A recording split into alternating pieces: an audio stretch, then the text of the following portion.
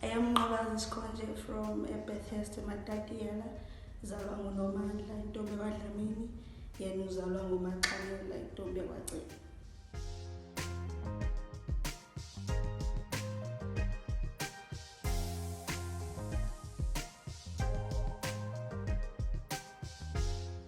Thank you, Nqabakazi, for joining us.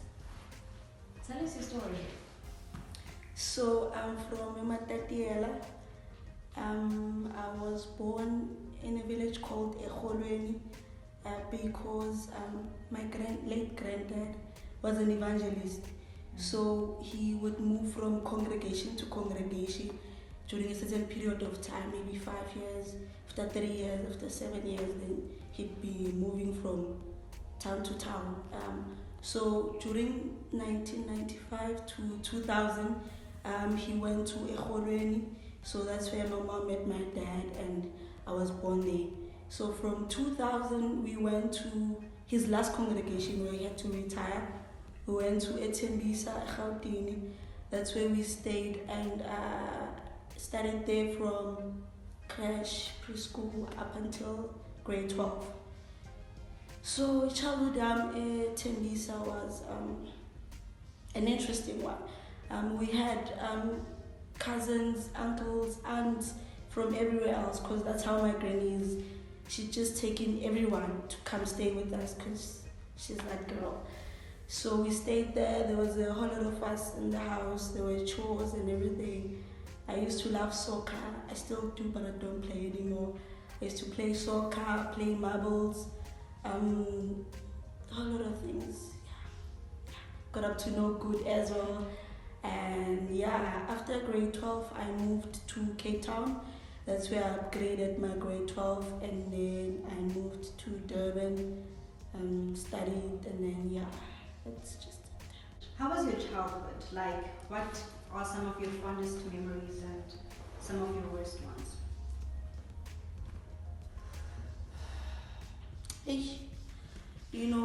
My childhood memories, I learned a lot from my granny. She's a hustler. She's not that stay-at-home kind of girl. She would knit jerseys. She would go from house to house, organize a laundromat for people. She would sell chickens. She started the business Yamagwenya when we got to Tembisa. It still runs up to this day. It still feeds us 19 years later, So most fondest childhood memory would be our Sundays. We'd wake up, go to church, come back, have a nice family lunch. Worst childhood memory would be when my uncle left. So my uncle is currently in the UK. He left in 2004, and then he never came back. So that was the worst memory I can ever remember of my childhood. And the recent one now was this year when I lost my granddad. I grew up not knowing my biological dad. I knew him along the way. So my granddad he's always been there. He's the one person who's always believed in me, He never treated us as his grandkids, but as kids of his own. So, yeah, that's the saddest thing to ever happen to me, but that's it. You speak about your grandparents a lot. Where was your mom during you growing up, or siblings or anything? She's always been there. It's just that I was raised by my grandparents. My grandparents liked taking everyone, bring them here, and then while our parents worked. So she's always been there. I'd see her during holidays, school holidays. I'd go visit her. And yeah, I have a brother. Yeah, he's currently studying ministry. Yeah. So growing up without your mom being there like all the time, how do you feel that molded who you were as a child? I'd like to believe my grandmom didn't do a bad job. Like, look at me. So she's the one who molded me. She taught me to be grounded at all times. Always humble yourself, respect everything and everyone around you.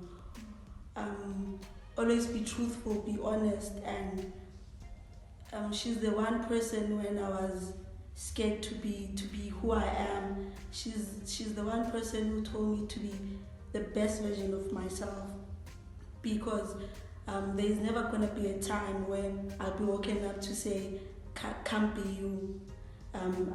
So yeah, and then my mom, we just trying to build our relationship now, because growing up with your grandma and only seeing her, you become close to your grandmother and her. So we building our relationship, and I must say I love her to bits, and I think she's an amazing woman, and she wouldn't have done a bad job as well. So because ngiyalalela bengiyingane vele right, ngoba nje kuyasihloniphela nje.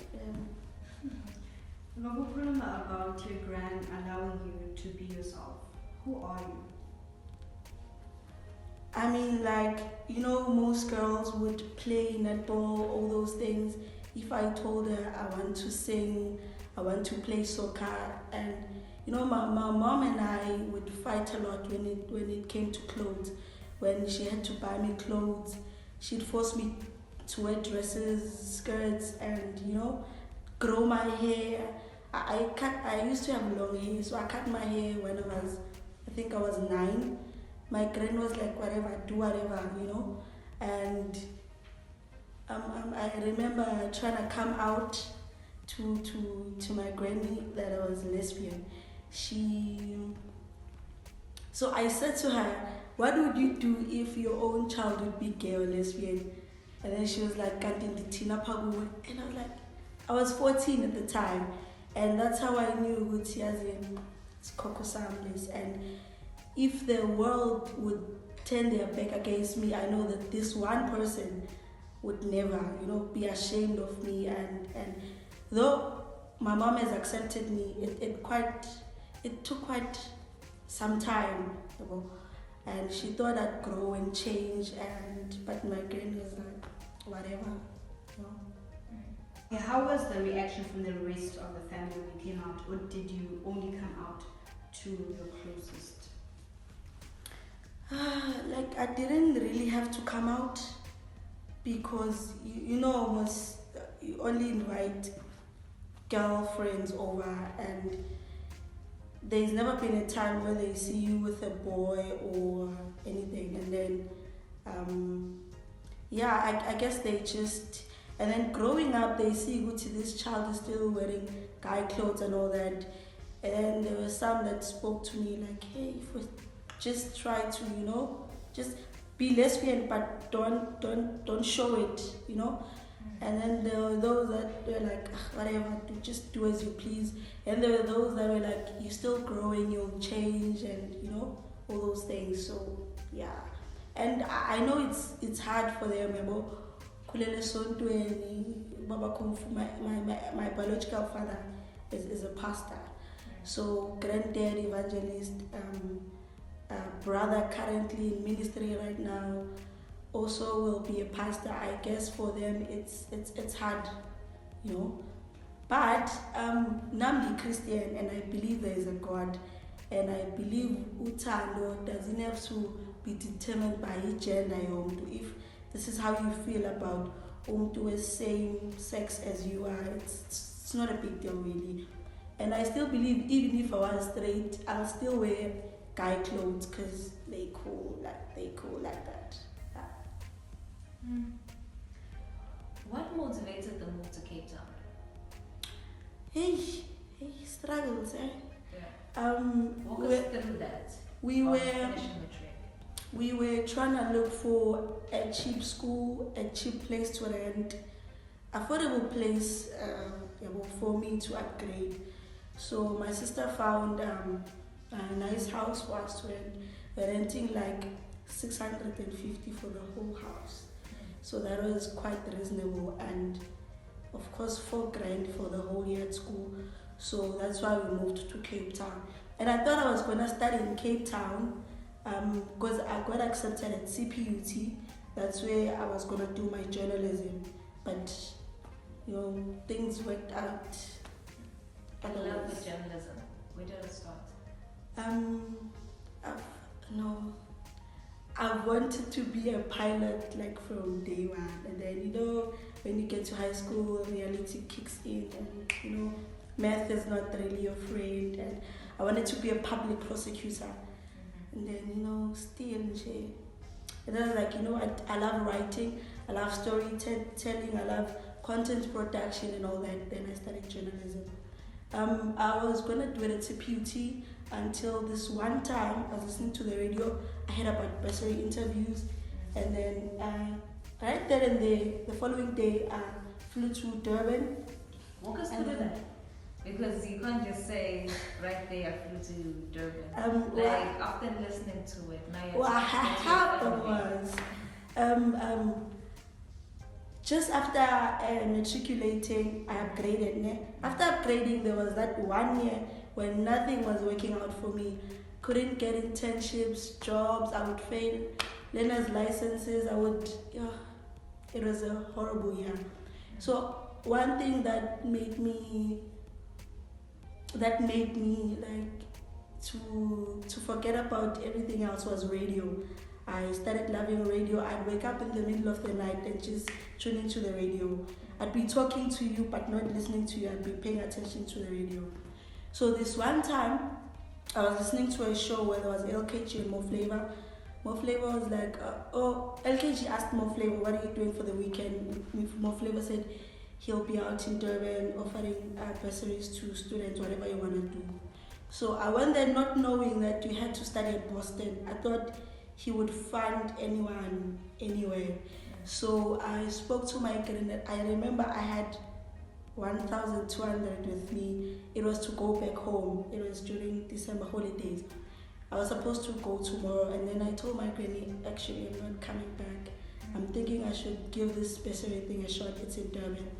And the cheapest flight we could find was 1,600. And, my sister was like, you know what, if you really want to try this thing out, just go. And then I went. I got here and didn't even know Mhlanga. Guys, I had 2 t-shirts, 2 jeans, no plan.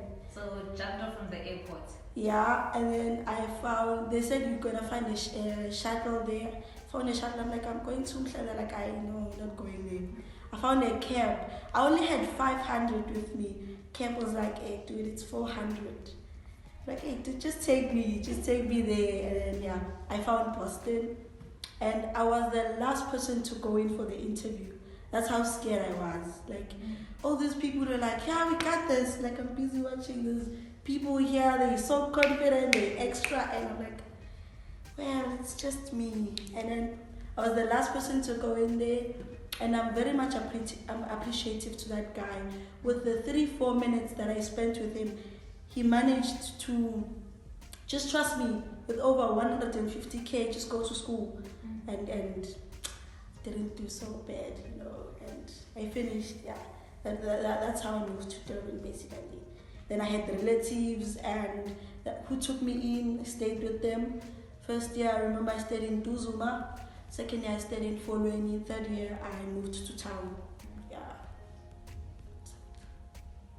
Okay, you said something about you were looking at these people confident and stuff about the person saying, yeah, I got this, and you were just like, hey, well, this is me. Oh. But even so, with that, realizing that you just flew from Cape Town to Durban, and you sitting there, I have a very low self-esteem. I'm more of an underdog, and seeing this room of people, confident people, they're even rehearsing how you're gonna do this thing, and I'm sitting there on some, I just wasted 1.6 to come here, and then there's a whole lot of people I don't even know how to speak English well. I'm not so fluent. What am I gonna say to this guy? So that's why it took me long to go there. So I just sat there and just waited till they're like, any more people coming in? I was like, I'm here, and then I went. Where do you think the low self-esteem stems from? I think it's this thing of seeking validation from outside. Each and everything you do, you want the next person to approve of it. Always wanting to conform to societal norms. Perpetuating this whole thing of I need to follow masses. I need to be where everyone is. I need to be comfortable. You can't just, you can't just cause a whole hoo-ha, You just want to be there, not stand out. So I think I'm starting to live my truth, like right now. I'm starting to believe in myself more. I even stopped writing because I thought I was not good enough. But recently I've gone back to writing. I'm writing songs, inspirational songs. So I'm currently busy in studio with my former roommate. So I'm starting to, do the things that make the things. And yeah. You say that now you are starting to live your truth or whatever, but how is the transition? Because it's very easy for people to say, I was once a sad person, now I'm starting to be happier. How exactly are you doing that, and how did you notice that that wasn't something that you wanted to keep with you, like not being confident and stuff like that? I think now I'm starting to be more vocal. I used to keep quiet a lot. I used to be bullied a lot. It was, as much as Durban was fine, I had my moments when I wanted to quit school because students can be cruel. I'd call my granny and be like, I want to quit. I want to come back. This is not working. It's not because I was failing or anything, but students can be so cruel, and for them to want to compare marks, look at your work. How did you do this referencing? How did you do this? How come you scored this? So and so likes you. Students can be cruel, and that really broke me, and I realized if I'm gonna try to please people around me a lot, it's not gonna get me anywhere. So I've always restrained myself from a whole lot of things because I felt like, hey, I'm not good enough, So when I decided let me try this writing thing, that's where I found myself. I'm not so vocal when I can express myself more when I talk, but when I write, everything just comes out right. So that's where I found my strength to express how I really feel inside. I'm still working on my low self-esteem. It's even with approaching girls, I'd only date you because I know you from a friend, and right now, I woke up to you outside. Yeah, I've arrived. So I'm trying to be more expressive more. Do you think you have what's the term for it, where you feel like you're not good enough? Imposter syndrome. Imposter syndrome. Where you I have that a lot. It hit me on my graduation. Yeah. I knew my name was last, but something kept on telling me, hey, your name is not there, bro. There is no way you could ever graduate. There is no, who are you?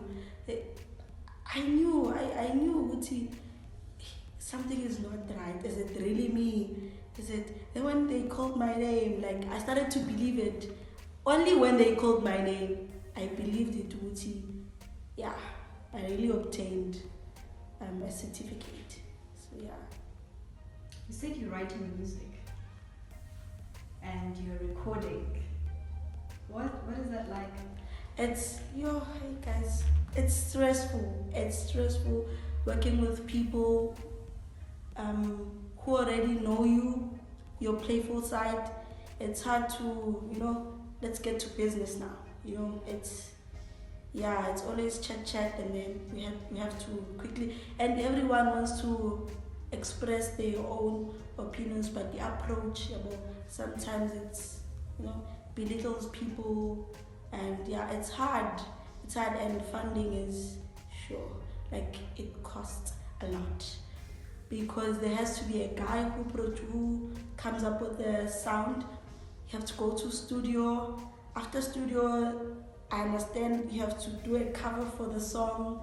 After the song, you have to register with the Samros, and it's a lot. Right now, we were just focusing on getting her to know vocals and get the guy to produce his sound right that's gonna fit her voice, fit the song, and the content yakhona inga dilutwa beat cool, like ibe just so there's a whole lot of things that I'm learning. I thought you can just write and just produce, and there's a whole lot of things that go down before the actual product is done.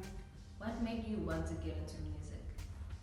Hey bro, like my family loves music, and I went to idols once, but things happened. I love music. I can't sing, but there's just something about music.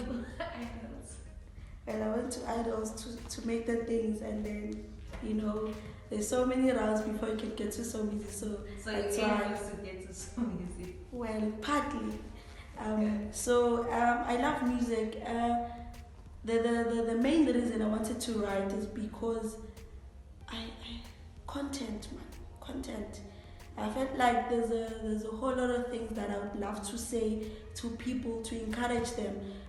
The very same people who went through what I went through, people who have imposter syndrome, to people who are currently trying to make it, but kuyabheda, yabo. So ufuna ukuthi nabo bazi ukuthi ngapha kwalokho khona impumelelo, yabo. So bazi khona more, and just that. Okay. And you said you graduated. So, and now you're writing music, but what else are you doing? Or trying to do? Yeah. Hey guys, it's been a horrible year. I don't know how many applications I've sent to various radio stations, TV channels. I even went as far as going to call centers, your retailers. Nothing is just going right now. So to avoid this final depression I just write. Lock myself in the house and just write. Because right now, it's just not. You are in the media space and in the creative space where creativity is literally a key to unlocking a lot of things, and having studied at an institution that equips you with skills of what you can do. What are you trying to do in your own space? My own space. I tried a blog, and then I felt like there was something I was not doing right, because the following was not growing. I started a blog, I think last year November. I wrote, tried to market it, and then it just didn't pick up. And I'm also a person who believes in things will happen when they happen. As much as you try to push hard, if they're not going to happen now, they're not going to happen now. I mean, I'm living proof that if you believe in something, it's going to happen one way or the other. I wouldn't have woken up one day, decided I want to listen to radio and get funding right there and then. I believe in luck as well, and I know that one day my luck is gonna come, and meanwhile it finds me, I'll have at least music out, you know, and I haven't really blocked my blog. It's still there, and I'll have some work to show, which this is what I've been doing. There's also that. So through the setbacks that you've had this year, and also even the success that you've had this year, what have you learned from it? I've learned to never give up. I wanted to quit twice. Your surroundings are important. The people you keep around you are important. Even it doesn't matter how much you love them. If but toxic, and I'm starting to leave the people that are toxic for me. It's hard because I love them so much. I've learned that to accept things for what they really are, and not trying to, you know.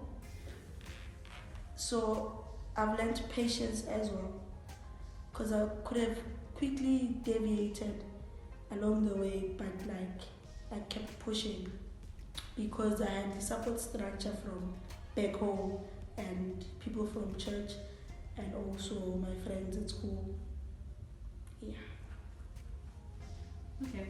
You are someone who has moved around a lot, and in terms of you said you moved from Mndela, then Joburg, then Cape Town, then Durban, and then in Durban you were in different spaces from Zuma to Efolweni to town and to where you are now. How do you think that maybe, because moving you have to constantly adapt to change.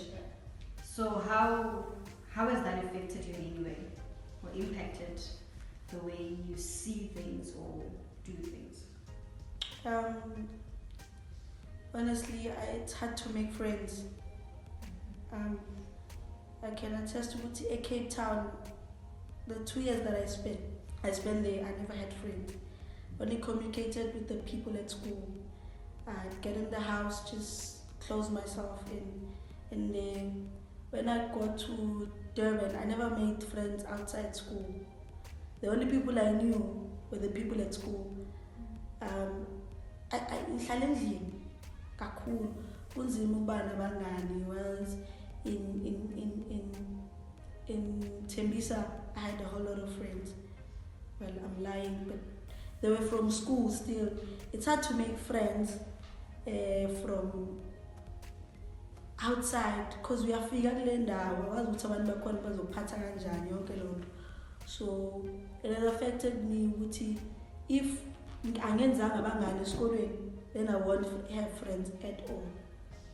That's it. And abantu abafani, you meet different people from all different walks of life. Abantu abafani, people are gonna love and hate you all the time. It's just, yeah.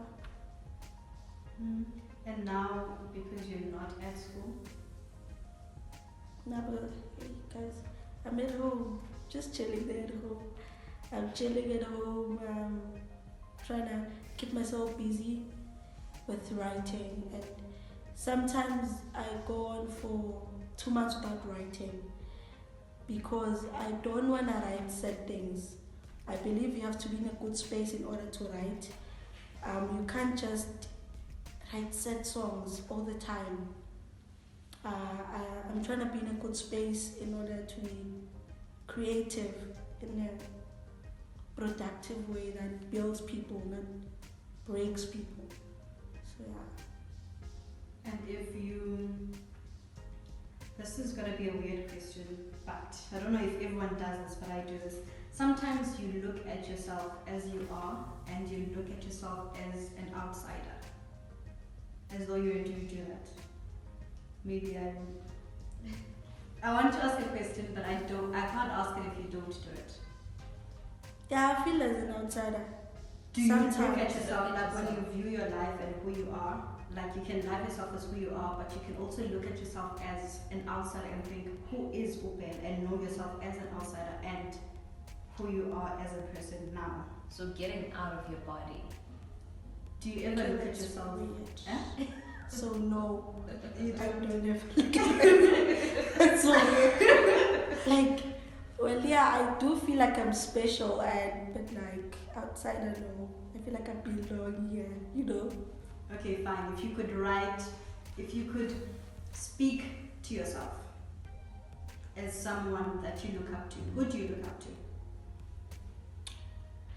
So many people. It's Kokwa, my uncles, my aunts, my mom, my sister, my brother. I look up to them a lot. Okay. So if you could speak to yourself as those people, now you're not Nqabakazi, you are your granny or your brother or your sister, and you could speak to yourself. Now I know you're very weird. What would you say to yourself? Be like, hey, friends, I was calling and now those uncles and doggy wasn't, it wasn't right. Just move on from them. When a patience, was ukulinda, ekugqibeleni uzawufumana umvuzo. That's what I'd say. And when I speak about looking up to people, what are some of the traits that maybe you look at someone and you're like, I would love to have that certain trait or that certain characteristic? Yeah. Ugogo sihlale endlini nje simane sibheka ama-email ukuthi bakuthathile na. Ugogo wami so umkhulu wami wahamba waya before ezofundela ubufundisi wahamba waya eGoli wasebenza wabuya wayofunda. Ugogo wami wayengalindanga ngelo xesha uba uzawuthumela imali. Ngomuntu ongawazi if nami ngangakwazi ukuhlala phansi ngi-creative more. Ugogo wami njengoba sisho bethunga amajezi ubebhaka run ama-laundromat bequtha inkukhu.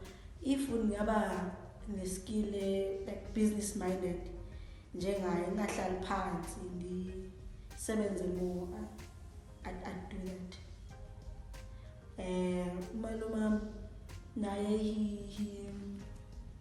he left school and then he went to clean ekorobheni esibhedlela, but he came back wafunda waze wenza i-Bachelor of Education.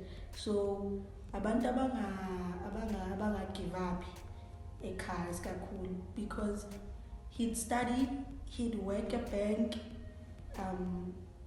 he didn't get any time to rest, while mina all I focused on in these 3 years was just school.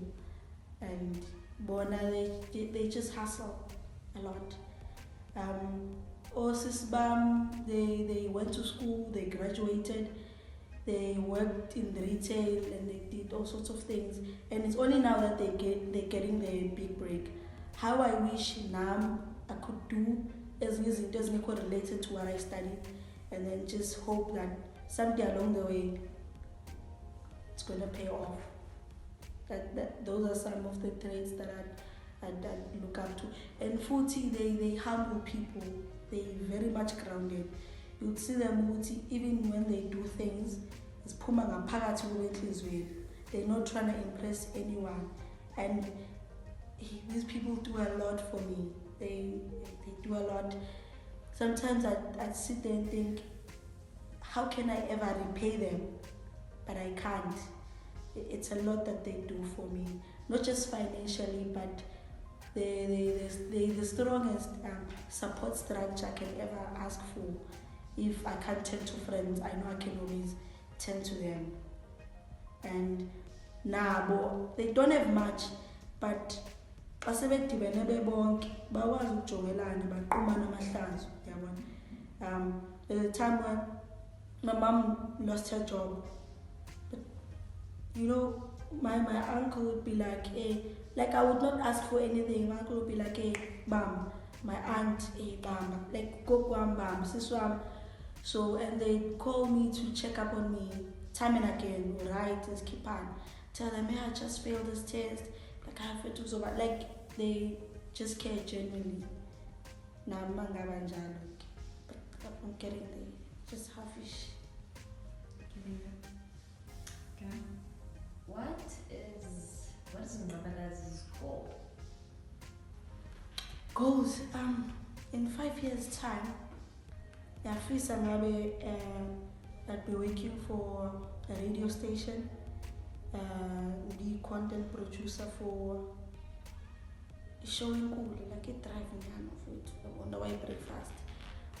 10 years from now, I wish I own a record company, record label. I'm still learning how to produce and DJ. That's what I love a lot. I want to create music, not just any music, but uplifting spirits,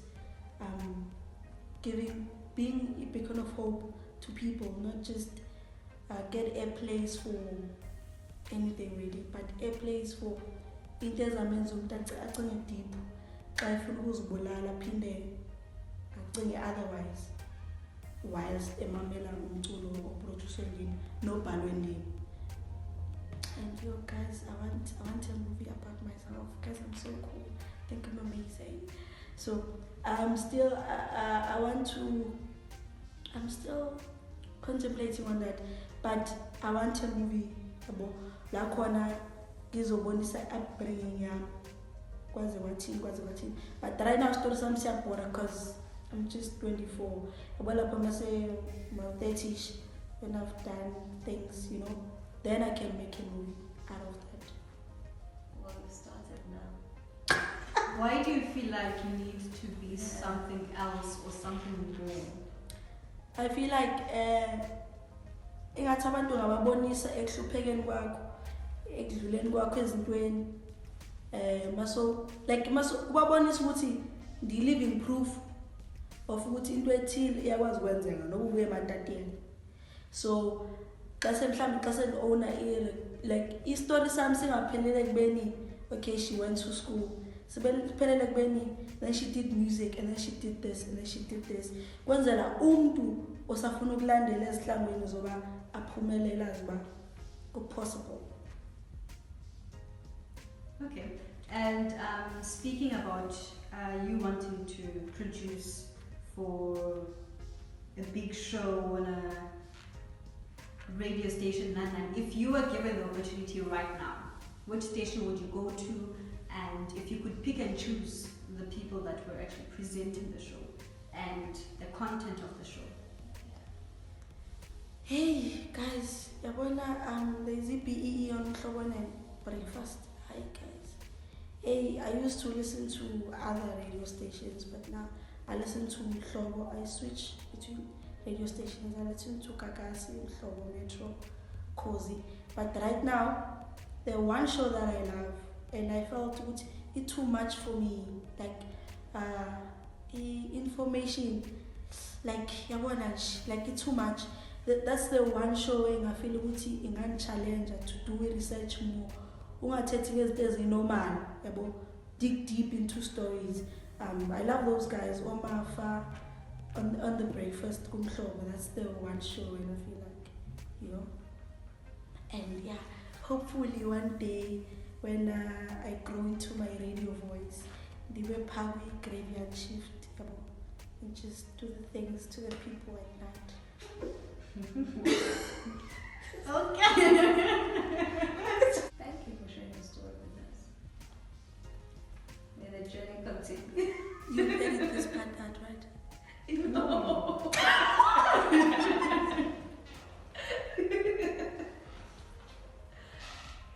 Thank you. I want to fit. Okay, thank you for sharing the journey with us. And where you are and where you're still going to be. We wish you nothing but great things. Oh, that's amazing. Thank you so much for taking the time to invade my privacy, and yeah, I appreciate it a lot.